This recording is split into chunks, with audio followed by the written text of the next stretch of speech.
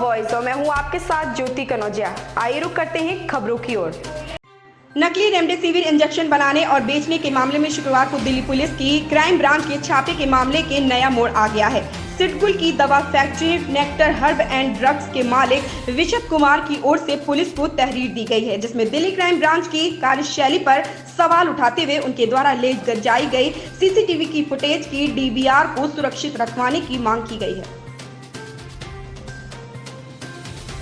पश्चिम बंगाल विधानसभा चुनावों के लिए जारी मतगणना के शुरुआती रुझानों में तृणमूल कांग्रेस एक बार फिर राज्य की सत्ता में वापसी करती दिख रही है, तो इसके पीछे ममता बनर्जी का चमत्कारी नेतृत्व तो बड़ा कारण है ही, साथ ही यह साबित हो गया है कि राज्य के अल्पसंख्यक मतदाता एकजुटता के साथ तृणमूल कांग्रेस के साथ खड़े रहे। चुनावों से इन पहले धार्मिक आधार पर आईएसएफ जैसी राजनीतिक पार्टी का गठन हुआ तो माना गया कि अल्पसंख्यक मतदाता बढ़ सकते हैं, लेकिन भाजपा के आक्रामक चुनाव प्रचार को देखते हुए अल्पसंख्यकों को शायद यही लगा कि यह समय ममता बनर्जी के साथ एकजुटता प्रदर्शित करने को कहा है, वरना भाजपा सत्ता में आ जाएगी। भाजपा नेताओं ने अपने चुनावी भाषणों में जिस तरह ममता बनर्जी पर तुष्टीकरण की राजनीति करने का आरोप लगाया, उससे भी अल्पसंख्यक मतदाताओं को यही लगा कि उनके हित में कोई सर्वाधिक सोचने वाला नेता है तो वह ममता बनर्जी ही है।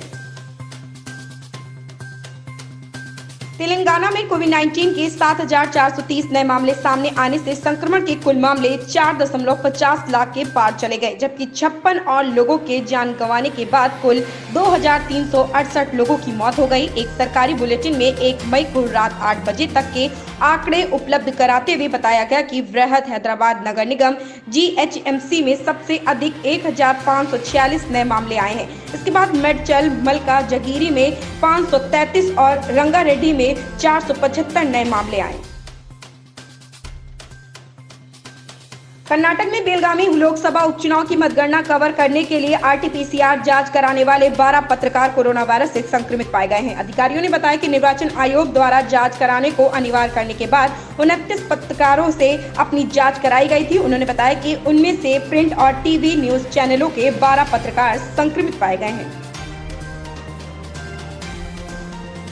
ममता बनर्जी और उनकी पार्टी तृणमूल कांग्रेस के चुनावी सलाहकार प्रशांत किशोर ने दावा किया था कि भाजपा 100 से ज्यादा सीटें लाई तो वह राजनीति छोड़ देंगे। अब उनका यह कहना सच साबित हो रहा है। प्रशांत किशोर की भविष्यवाणी के अनुरूप भाजपा फिलहाल पश्चिम बंगाल में 100 सीटों के नीचे है, जबकि ममता बनर्जी और उनकी पार्टी 200 से ज्यादा सीटों पर बढ़त बनाए हुए। हालांकि जैसे ही सुबह में भाजपा 100 सीटों से ऊपर पहुंची थी, प्रशांत किशोर सोशल मीडिया पर ट्रेंड करने लगे थे। उनसे सवाल पूछा जा रहा था कि क्या वह अब राजनीति छोड़ देंगे। भाजपा प्रवक्ता संबित पात्रा ने तो यह तक कह दिया था कि प्रशांत किशोर की अब नौकरी चली जाएगी। हालांकि प्रशांत किशोर ने जिस बात का दावा किया था वह सच होता फिलहाल दिखाई दे रहा है। कोरोना संकट के बीच लगाए गए कर्फ्यू के चलते जम्मू संभाग के विकसित पर्यटन स्थल पटनी टॉप में लगातार पर्यटन उद्योग को काफी नुकसान हुआ है। सैलानियों को न आने जाने से कारोबार ठप हो गया है। 2 सप्ताह से पर्यटन स्थल में सन्नाटा पसरा हुआ है। गौरतलब है कि पिछले वर्ष भी मार्च माह में पटनी टॉप में होटल व्यवसाय काफी प्रभावित हुआ था। अक्टूबर माह में पाबंदियों में कुछ छूट मिलने के बाद राहत मिली थी। बर्फबारी शुरू होने से पटनी टॉप से सैलानियों की बाहर आने लगी थी, मगर कोरोना की दूसरी लहर के कारण इस बार भी पटनी टॉप में होटल कारोबार प्रभावित होना शुरू हो गया है। हिमाचल प्रदेश के मंडी जिला में बड़ा सड़क हादसा हुआ है। हादसे में 2 सगे भाइयों की मौत हो गई। मृतकों में एक एयरफोर्स में तैनात बताया जा रहा है। फिलहाल पुलिस ने मामले की जांच शुरू कर दी है। जानकारी के अनुसार मंडी जिले के डंडौर में रात 3 बजे ट्रक के पीछे से एक आल्टो कार घुस गई। हादसे में 2 सगे भाई घायल हो गए। दोनों घायलों को मेडिकल कॉलेज नेर चौक में उपचार के लिए भर्ती कराया गया। पंजाब के मुख्यमंत्री कैप्टन अमरिंदर सिंह ने भले ही विधायक नवजोत सिंह सिद्धू के लिए अपने दरवाजे बंद कर लिए हों, लेकिन बेअब्दी और कोटकपुरा गोलीकांड के मुद्दे पर नवजोत सिद्धू ने कैप्टन पर दबाव बनाने की अपनी रणनीति में कोई बदलाव नहीं किया है। शनिवार को भी सिद्धू ने लगातार 2 ट्वीट करते हुए इन्हीं मुद्दों को लेकर अमरिंदर सिंह पर सवालों की झड़ी लगा दी।